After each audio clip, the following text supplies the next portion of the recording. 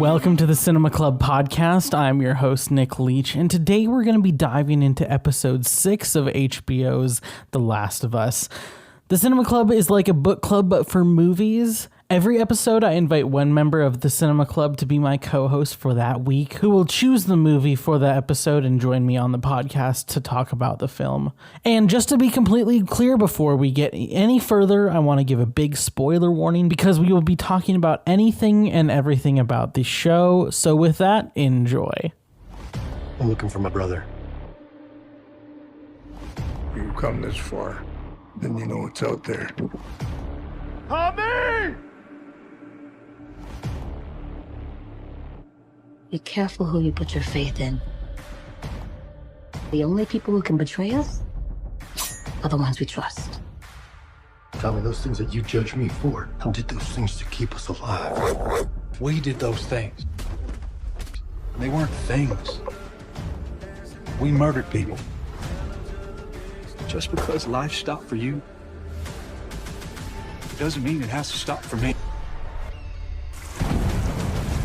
You're not gonna scare us. Scared him?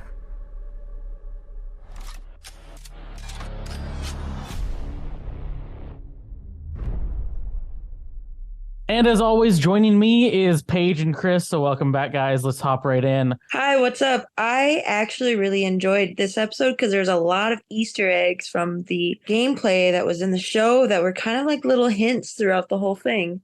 I thought it was fun, and it was a nice way to come off from last week's sad and depressing episode with Sam and Henry. Yeah, I was talking with someone this week who has only gotten to watch episode 1 of the show since they don't actually have HBO Max. Tragic.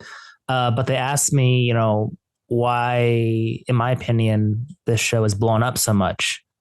And I was just kind of sharing with them that the show really centers around love. And I think in this episode, again, that is the theme that we get to see, but again, exploring it in a different manner. Yeah, I love this episode, and it took me, I watched this twice because the first time around, I was a little bit taken aback by the fact that it's such a departure from the tone, especially of the last one. And it's something that I believe we really needed as an audience, a little bit of a break. It's such a deep and rich episode that I'm just really excited we can talk about it because there's a lot that we're going to be able to talk about here. So let's jump right in. Episode 6 of The Last of Us fast forwards 3 months in time. Joel holds a couple up at gunpoint in their small cabin and asks for the whereabouts of his brother Tommy. Ellie, having been upstairs, ignores Joel's commands to stay away and learns that the path west of the river is full of death and something potentially far worse than the infected. Joel cautiously believes them, but there is something wrong. As she walks outside, he clutches his chest and struggles to catch his breath momentarily before pressing on. So I go back to the fact that I love that this show doesn't make the infected the main villain of the story. There's so many other just people that are much worse than the infected. You think in a post-apocalyptic show, it would be the infected that are the villain, but it's not. It's us humans. We're worse. I really enjoyed this episode, especially from what you said, but it was kind of an uplifting moment, the bantering between the husband and wife in the cabin. It was just funny, and it was kind of like a different version of Ellie and Joel, of how they're just completely just picking on each other constantly. I also just love this couple because they're probably in the entire show, in the entire actually world, really, they're probably some of the smartest people because they have a safe cabin away from all the threats, all the dangers. They probably stepped away from civilization like years before the outbreak. They were probably like living off the grid before even the world went to shit. Like, it's very clear that they know how to utilize the world around them. And they're only there for just a small amount of time, but you can clearly see that they are living a comfortable lifestyle. They have their perimeter, their boundary that they will not cross because they know it's dangerous outside of that, which actually makes this little secluded area that they live in such a safe haven away from all the dangers. I thought this couple was really cool to see, especially like you said, the levity that they bring to Joel and Ellie in this moment, even though it's a stick up moment. It's a hostage situation, basically. Yeah, and the actors playing the couple did such a great job, honestly. Like I really bought in to the belief that they've been together, 40, 50 years.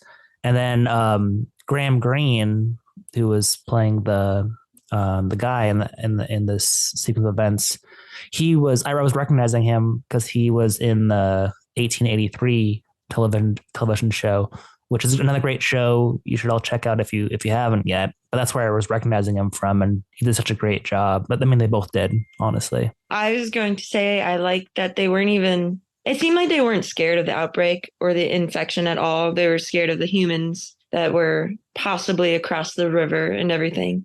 I mean, like you said, they were in a secluded little land and they were really making a life for themselves. I want to be them if there's an outbreak.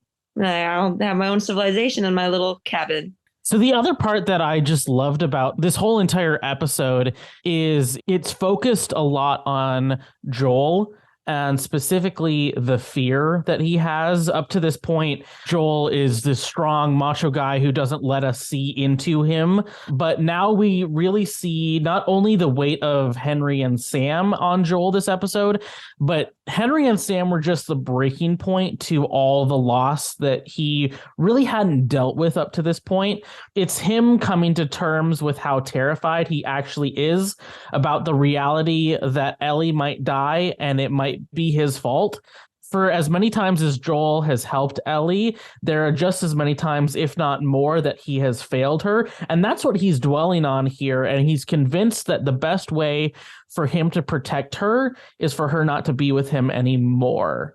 And I love the way that they portrayed that in this episode, that it's not just him saying it, it's a physical manifestation of his fear. Yeah, and we get to see that a little bit later on, continuing to pop up, that PTSD combined with, anxiety that he's going through. But it's also interesting to me because all this is happening, I believe it's set in Wyoming, but it's all happening in this stunningly gorgeous scenery.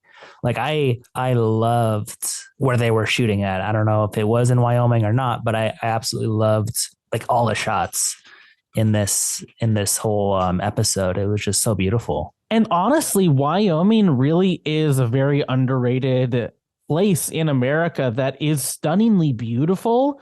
There's not a lot of people there, so just the natural beauty of Wyoming is very well portrayed. Even though they didn't film anything in Wyoming, I think the location scouts did an amazing job at finding what is quintessential about the beauty of that area of America, of the US, and showcasing that in the cinematography and finding that in Alberta, Canada, and Calgary and stuff like that. You honestly wouldn't even know that it wasn't filmed in Wyoming because that's literally what Wyoming looks like, for sure, especially near the Yellowstone parts. So Joel and Ellie are trekking across Wyoming, eventually stopping to build a fire and discussing what's going to happen in the future between them. They also discuss Sam, too, including how Ellie tried to save him with her blood. Joel says he's going to take watch over them as Ellie sleeps, but he wakes up later, having fallen asleep again, and Ellie is standing watching over him. So as you guys were talking about in previous episodes, we are now seeing more of Ellie's dream of being an astronaut and being obsessed with space here. And I love that they use this little part here that's just a fun little conversation between them to show where Joel and Ellie are right now in their relationship. Because when Joel guesses Sally Ride, it showcases that he knows Ellie. He knows what she's going to say before she even says it. Yeah, and I think, the more time Ellie and Joel are spending time together, the more time we as an audience are spending time with them. Everyone's getting to know one another a lot. And they talk about what like you were saying, they talk about what they're going to do after this vaccine is developed. He talks about wanting to be like a sheep farmer and, Ellie is wanting to be an astronaut. And I think what also is kind of cool with this 3-month jump in time is that we're seeing that what had kind of been starting up previously is now in full swing. Like Joel isn't as reluctant to show her how to do things or just answer questions in general He's a lot less guarded, and he's engaging with her. Like he's the one who's actually making that effort sometimes. And I think that also ties into that central conflict that Joel is going through, and becoming increasingly attached to her as, kind of a daughter, I guess, daughter figure, someone he cares about, while struggling with the fact that, he may let her down in the future to her own demise, potentially. Yeah, this whole campsite scene was you could see how throughout the episodes that the campsite scenes get more and more, I would want to say upgraded, more personable, more intimate. And I like how Joel is finally like feeling vulnerable and falling asleep, letting Ellie, not that he wanted to, but she wants to protect him just like he protected her. And I think that really scares him because he knows that she doesn't have to rely on him as more, just like a daughter and father figure would. Yeah, it's also showing like Joel is getting older and he's slipping up sometimes. I think that's also contributing to his fear and PTSD. But it also shows that Ellie's, learning a lot from him, and she's showcasing that strength in the teachings that he's passed along to her. And it's not just growing older, but him understanding more of himself, how he always has been. I mean, we've seen and talked about his narcissism, almost, of his hero complex that he has. And it's being proven wrong time and time again that he's not this hero that he thinks or wishes that he could be. He does fail. He has failed people a lot. Yeah, that's what I like about this show is that, in a lot of movies or television shows, our heroes are infallible. But in this show, we see Joel as a person, even kind of skipping a little bit to the future a little bit. But, when he walks out of that bar after talking to Tommy, Joel, after 20 years, is still a very broken man, really struggling with PTSD. And he's never really recovered from the loss of his daughter. And I think the loss of his daughter, that moment, is really defining much of who Joel is. For sure. One little note I wanted to make here that I thought was really cool is that the reason that Ellie is obsessed with space is actually because the actress Ashley Johnson was obsessed with space. And so the writers and Naughty Dog kind of used the space aspect, as a way to pay respect and tribute to Ashley Johnson, who played Ellie in the Last of Us video game. The same goes with Troy Baker and why Joel wants to be a musician and a singer, because that's what Troy Baker is into. I knew that Ashley Johnson with space, but I didn't know about the Troy Baker part. It's really cool. I like how they incorporate everything everywhere. So the pair eventually make it to the River of Death, where they're surrounded by a group of men on horses. With guns drawn, they force Joel to drop his gun and command Ellie to step back. The leader checks them both for infection through a dog trained to sniff out infection, but miraculously, the mutt doesn't sense anything from Ellie. So I love this little part because, again, we see Joel is in a situation that is completely out of his control, and this time he chokes. He choked with Sarah, but he didn't choke with Ellie the first time, but now he chokes again. So his worst fear has been realized yet again. He is not capable of stepping up to save the person that he feels closest to. And it shows how close they finally are because, like, he couldn't save Sarah. He couldn't save Ellie again here. Or he wouldn't have been able to save her if things went south. You can see it in Pedro's acting, which he did really well, just in his facial acting skills there. And I was like wondering what was going to happen, even though I played the games and everything. I don't think this part was directly in the game at all, but it was still fun how they incorporated it. And knowing that a dog's intuition on people is super strong, even for like energy and vibes. I didn't even think of it as immune either. I just thought of it more as a good person as well. Oh my word, you just reminded me,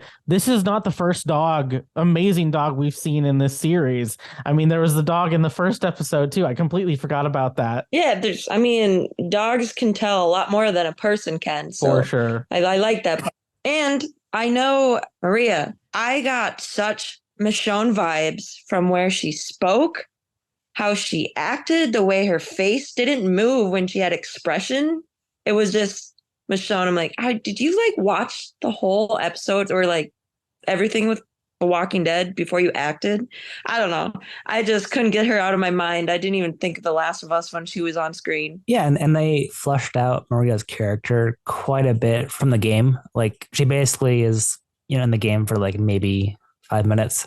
So with that being said, I think they did a nice job kind of trying, at least with her character. But yeah, that whole scene when the horses are surrounding them, they got the dog, like it's a very on edge viewer experience.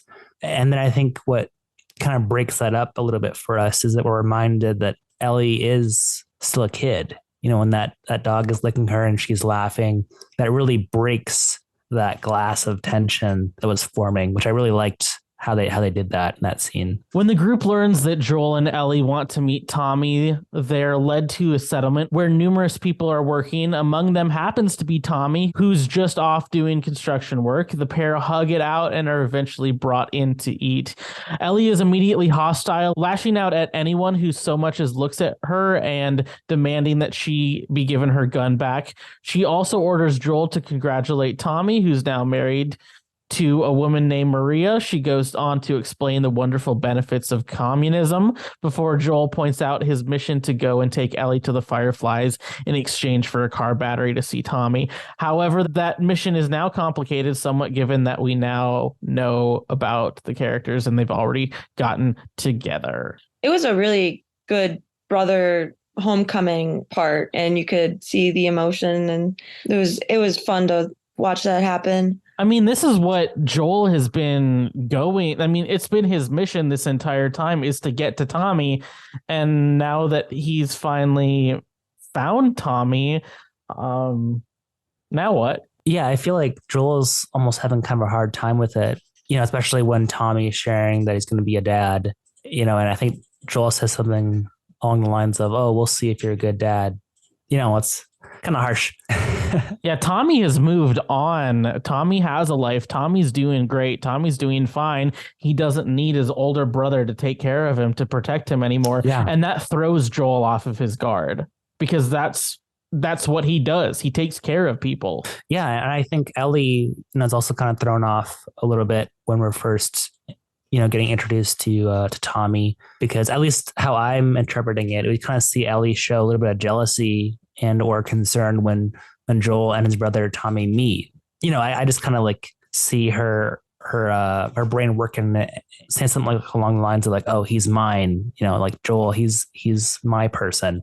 But yeah, a lot of really interesting kind of like emotional paths are kind of happening within this sequence of events. And we get a sneak peek at Dina, potentially, who was the character who would show up in season 2 if they follow through with the story of the second game, which is kind of cool as well. Yeah, on the official podcast, Craig Mazin and Neil Druckmann did a really bad job at trying to hide that was Dina.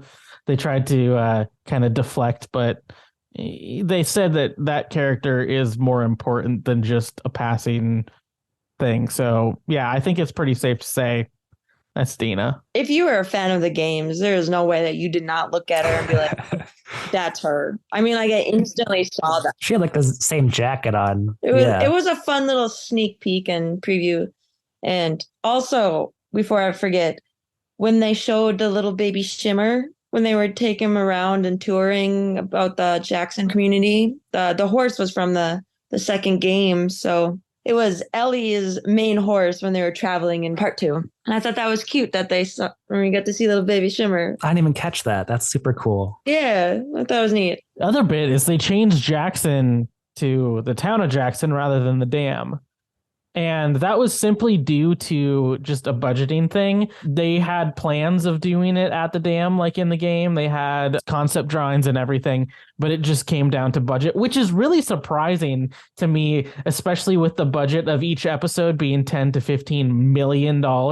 And this was a bit of a lighter episode than other episodes. So I think that they were just taking some of the money for this and putting it to another episode to make another episode bigger, maybe to pay for that bloater costume, that bloater prosthetic. Yeah, and I kind of liked that they changed that up a little bit, because I believe that same town is in the second game, so that would kind of show some continuity with season 2 if they do incorporate choose to incorporate that town in the second season as well. What's really interesting is that in this episode, one of the main themes of this episode that we see is the difference between Joel and Tommy. Their differences just become a lot more evident. I mean, Tommy wanted to stop and help the people in episode 1, but Joel didn't. Tommy was the one who joined the army because he bought into whatever the recruiting office sold him. Joel didn't. Tommy joined the Fireflies because he was always looking for ways to make the world better. Joel never wanted to join the Fireflies. And the fact that Maria has something to offer Tommy that Joel could never, a better way of survival. I mean, in the bar, they talk about, Tommy says, I know that you and I killed people because it was the only way we knew how to survive. But it turns out there were other ways. It's just we weren't any good at those ways. Not only does Tommy make Ellie jealous, but Maria makes Joel jealous. Joel is probably fairly upset. I mean, he's upset with the world right now, but he missed his brother so much. And the fact that Tommy replaced him so quickly really hurt him. And especially the feeling that Joel failed him throughout the many years that they were apart and throughout the life. So I think they need to hash it out a little better. I wish they had more one-on-one intimate conversation in the show between them, not just, this is what's happening, you need to do this. But I know they had to move the show on a little longer or a little faster. That's what I mean. I mean, what you're saying, we see very clearly in the first time that Joel and Tommy finally see each other again. Joel's just super excited to see Tommy, and Tommy turns around and doesn't have much of a reaction. Like, he's surprised that his brother's there, but there's not like Joel is running to Tommy and Tommy's like, oh, you're here now. Yeah, and I think the actors did a really nice job of showcasing their individual emotions as those two characters do meet in that scene. But yeah, I mean, this whole episode was a character study basically on Joel.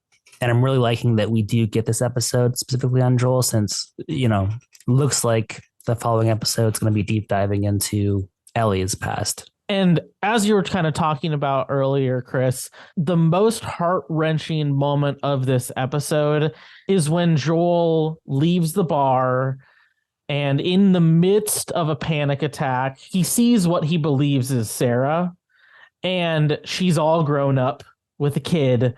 And it's almost like that's the vision of the life that was ripped from Sarah, and that was because he couldn't save her. I thought that was such a beautifully painful moment in this episode when he sees that woman, mistakes her for Sarah, because Sarah probably would have been that age of that woman there, but she can't have that life because of him. Yeah, I just really enjoyed that.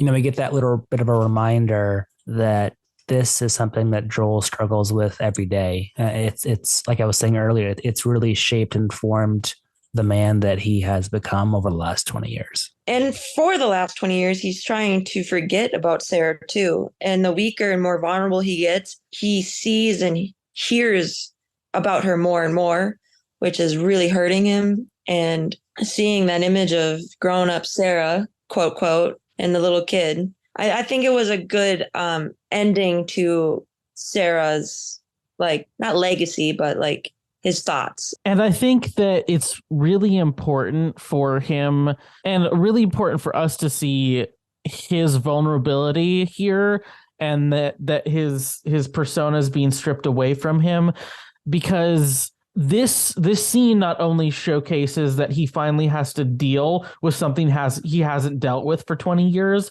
but in this dealing with it, in this healing, he then transfers a lot of that love and a lot of that affection onto somebody who so desperately needs him, and somebody who doesn't have anybody else and needs somebody like him, somebody that is obsessed with him, who wants to be like him. He needs that. And in dealing with the trauma of his past and dealing with his loss of Sarah, he transfers a lot of that feeling onto Ellie. So Joel continues to press Tommy for help in taking Ellie further along to her destination, but Tommy refuses. He admits he's expecting a child with Maria and won't be moving with Joel. Joel clenches his teeth and eventually agrees to be out of his hair in the morning after grabbing some supplies. Before that, though, Joel points out that Ellie is immune. Maria tells Ellie in confidence about Sarah, and as a result, Ellie and Joel have a big conversation about their journey and what loss is. Eventually, Joel promises that they'll be parting ways once their journey is done.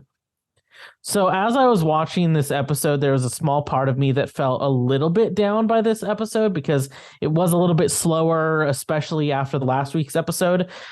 But as I started to think about it more, I started to realize that this really might be the most action-packed episode of this series. Maybe not physical action, but definitely emotional action, which is just as, if not more impactful. Every single character we see got gut punched at one point or another during this episode. And it's while Ellie has gone with the rest of the town to see a movie, which I thought was really cool because it exemplifies that this town has brought some sort of normalcy back into the world, back into this post-apocalyptic world. But it's during this time that Joel is nowhere to be found, and Tommy goes and finds him all by himself. And it's here that Joel, having finally admitted to himself that he's not enough, he's not the hero that he always thought he was. The narcissism and arrogance are finally stripped away. Here is such a confession of his failures and those he has lost, and Sarah attests that he'll never be enough of the person that he wants to be for them. And I thought that Ellie, having followed after them, having heard this conversation between Joel and Tommy, that Joel says, "You're not my daughter." Like, just the heartbreak in that's behind that scene for both of them. It's a moment in which Joel is rejecting Ellie again, but we all know that he's lying in this moment. We know that he wants it to be true because it means he'll protect himself from being hurt again and failing yet another person he loves, but it's too late. Yeah, that scene in the bedroom with Ellie and Joel was super emotional and painful for both of them to go through.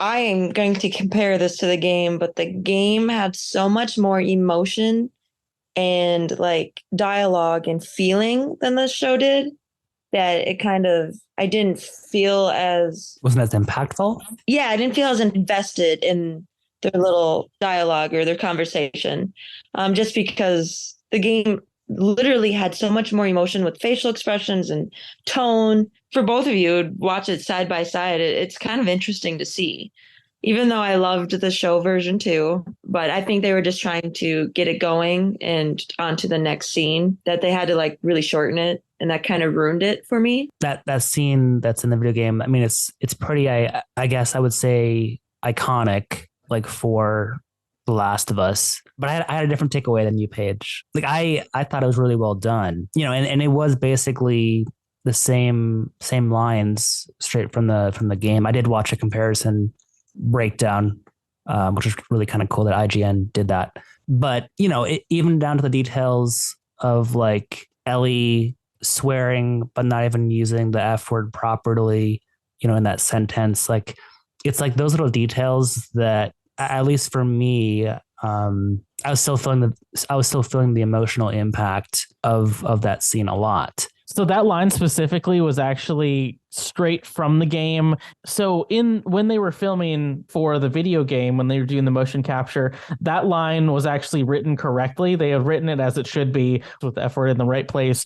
But Ashley Johnson, in just the heat of the moment, she said it the wrong way. And Neil Druckmann said that it was like one of the few lines from the video game where he said, "We need to do this exactly as it was in the video game because it's so much better. And it showcases Ellie's character so much more. She's a kid." And that brings me to something that I wanted to bring up, and I've been wanting to bring up for this entire podcast. It's a little detail that, especially with my upbringing and the way that you and I were raised, Chris, is very interesting to me. And I couldn't really pinpoint why it bothered me, but it has to do with Ellie and her sailor language. When we saw her in episode 1 and she started swearing right off the bat, I was like, okay, Ellie's a badass. Like, it's great. Like, that a girl at this age, really young, is going to be just throwing expletives out there. She's a badass. But as time went on, there's just something about the way that Bella Ramsey like said the curse words that it felt kind of forced at times. And it took me until this episode for me to understand why and not just chuck it up to bad acting. Ellie's a kid. Also, Bella Ramsey is a kid. And if I had to take a guess, I would say that Bella Ramsey probably had a really good like upbringing, probably a very stable, happy family. Just every interview I see with her, I somehow just feel that from her, because it's very clear that using swear words is a bit of a foreign concept to her.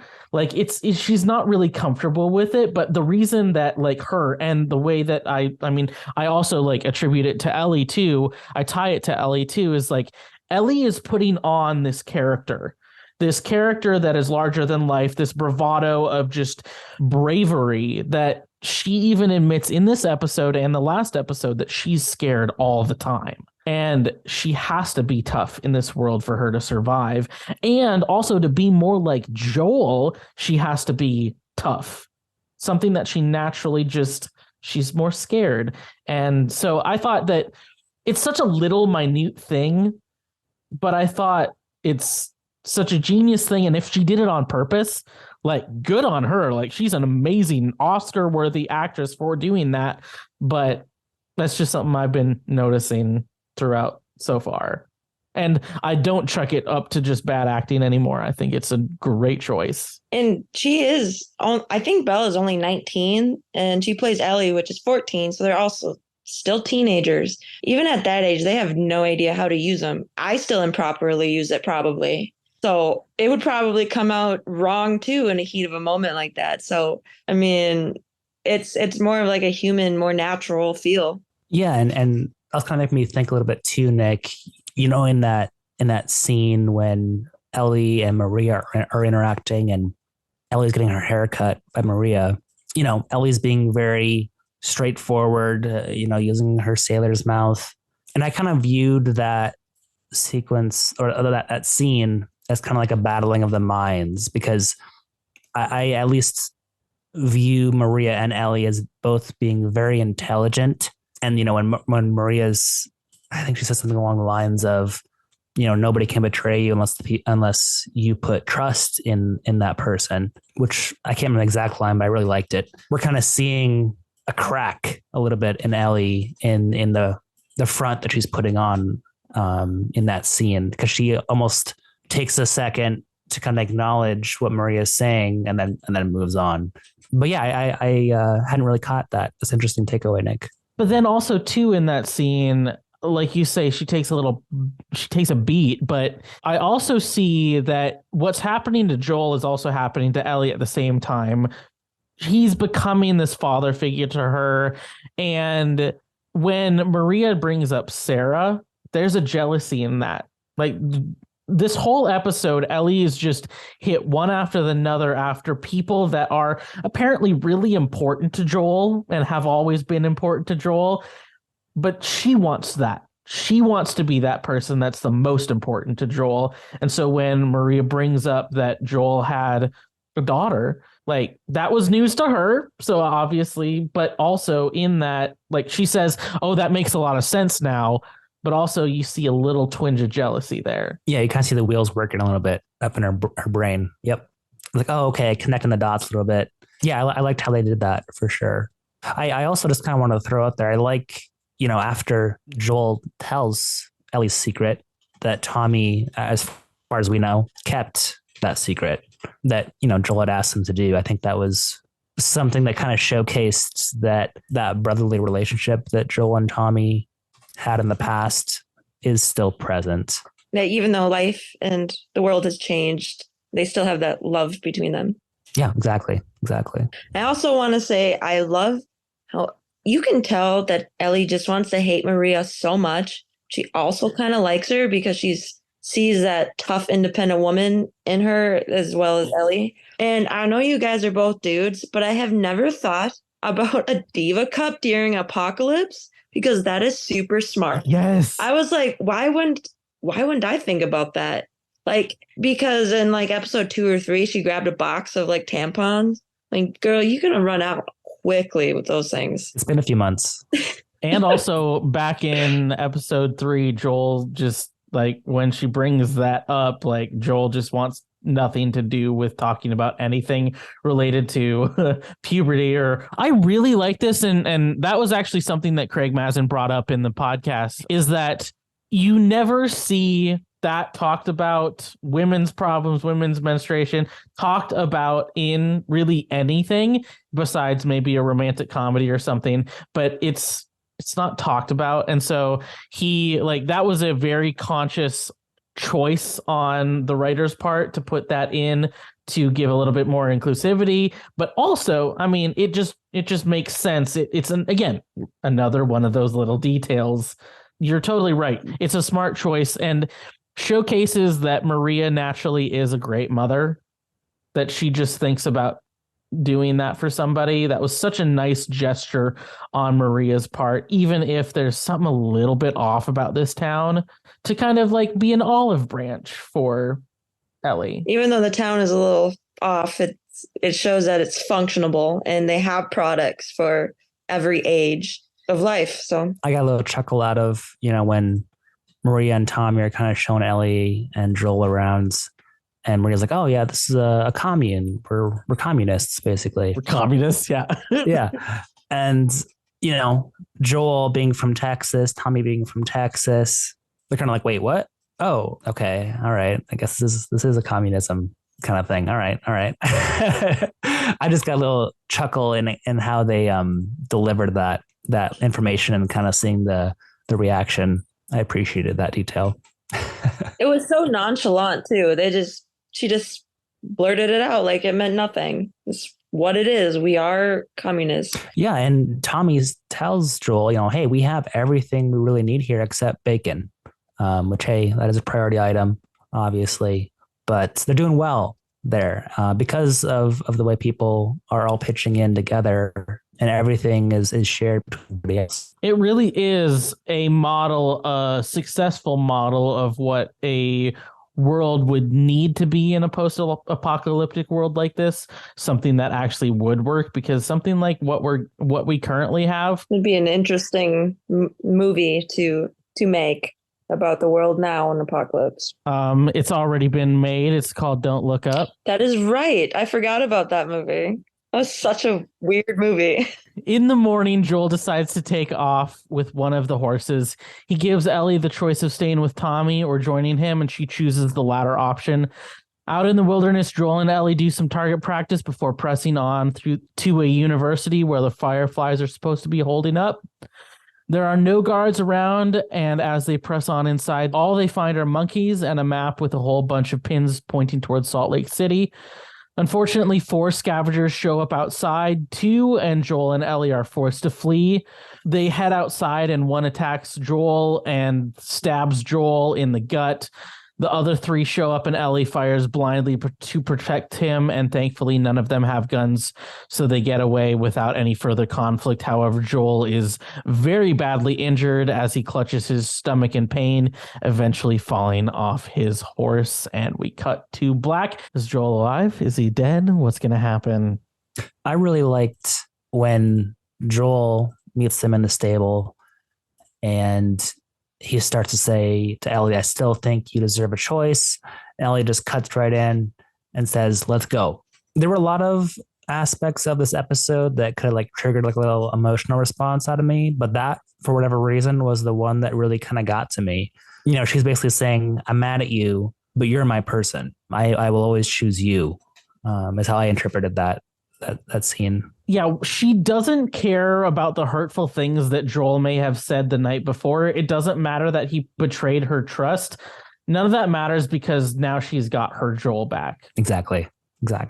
And I really enjoyed just the cinematography was amazing of them riding that horse. It was just so beautiful with the snow. I just loved all of those shots. I also enjoyed just kind of the conversations they were having, like Joel explaining how American football works. That was like just so fun. And how he made contractors so high up on the totem pole right there. Like we're real cool. Contractors, that's where it's at. That was cute. Halfway through the episode, again, it's like a detail thing, but halfway through the episode, Ellie tells Joel that, she would have believed him if he lied about the dam power plant. And then later he does lie and he tells her that everybody used to love contractors. And like you see him like slightly smiling to himself because of course she believes him. I love that. But if we can just talk about the cinematography for just 1 second, there's a little bit of a elephant in the room that we need to talk about, that we need to kind of bring up here. There's a shot when Joel and Ellie are crossing the bridge in the snow that there was a little bit of a cropping error that happened in the editing, in the final edit, if that nobody apparently caught. HBO is known for its kind of little oopsies. I mean, the first thing that comes to mind is the Starbucks cup in Game of Thrones. But Last of Us has their own little Starbucks cup moment.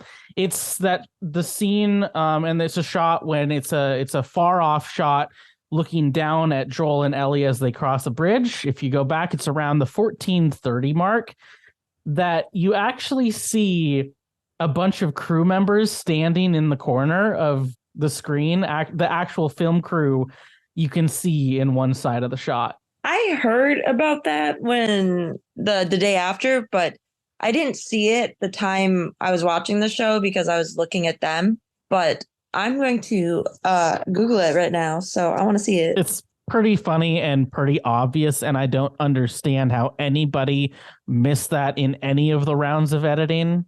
Because there's so many times where you want a really wide shot, and so you'll just like, as a filmmaker, as a cinematographer, you'll just get the frame right so you can get the frame right, and then you just expect that the editors, or you make a note that the editors need to just crop in just a little bit on the shot to make it cut everything out. It's very clear that they just forgot to do that, and again, I don't know how in the many rounds of editing, in the many rounds of viewing, of watching, that they did not catch this. Yeah, because there's like 5-8 people, really. You see a trash can, you see like 4 people, you see probably a tent, maybe the crafty tent in the back behind the trees. I didn't even notice that. That's kind of funny. I love it.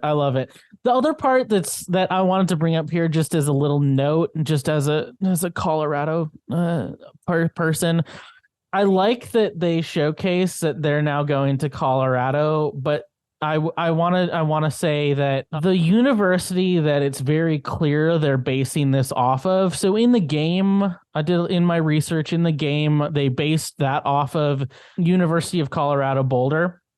But in this version, it's very clear that they actually are talking about Colorado State University, which is in Fort Collins, just a little bit north of Denver, about an hour north of Denver, because it's Eastern Colorado College in the show, but they have the logo of a ram, which that is Colorado State University.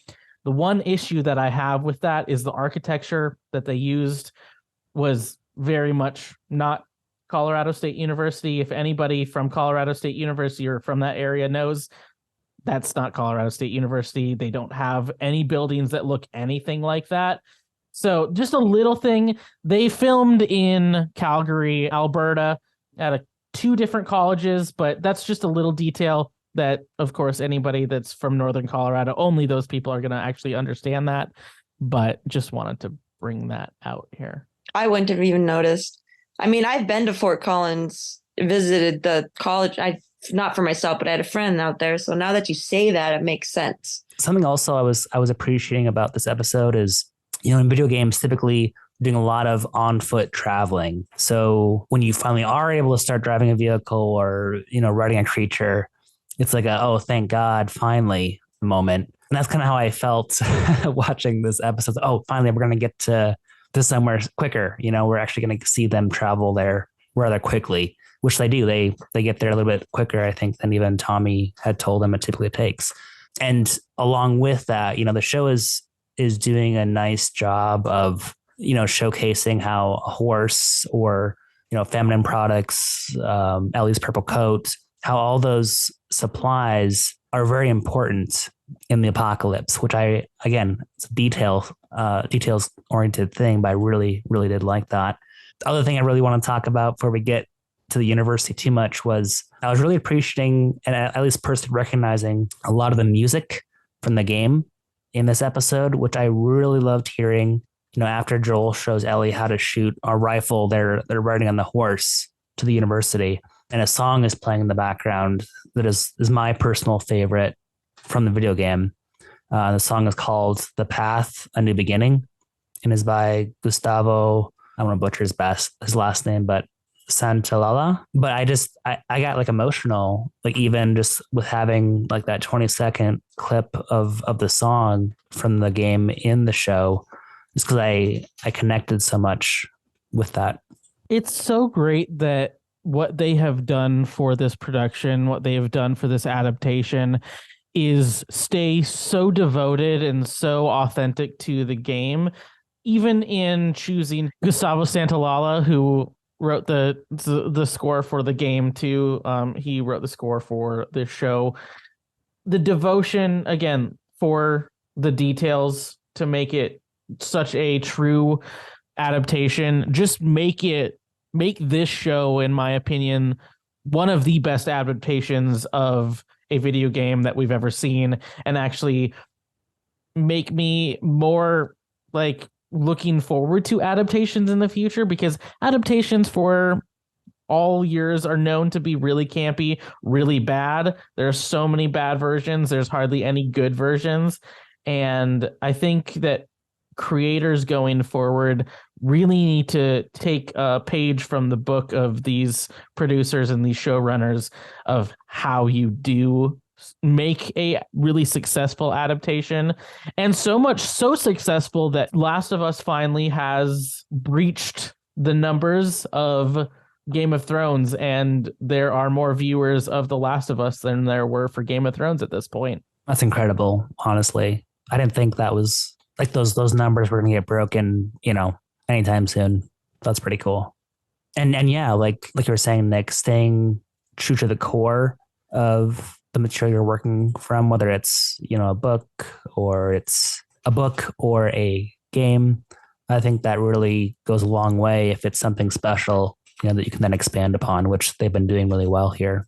Well, as we get to the end, as usual, if there's anything that we have not covered yet that you wanted to bring up before we end this episode, now's the time to bring that up and we can discuss. I have two things. One, when Joel gets stabbed with, it looks like a baseball bat. I was scrolling TikTok and there's a lot of people complaining that it didn't stay true to the game, because in the game he got pushed out of a 3-story building. I'm like, first of all, he would not have survived that in the show. So calm your britches and let's make it realistic. So I'm glad they didn't push him out of a building, because that would just made it more cheesy and corny.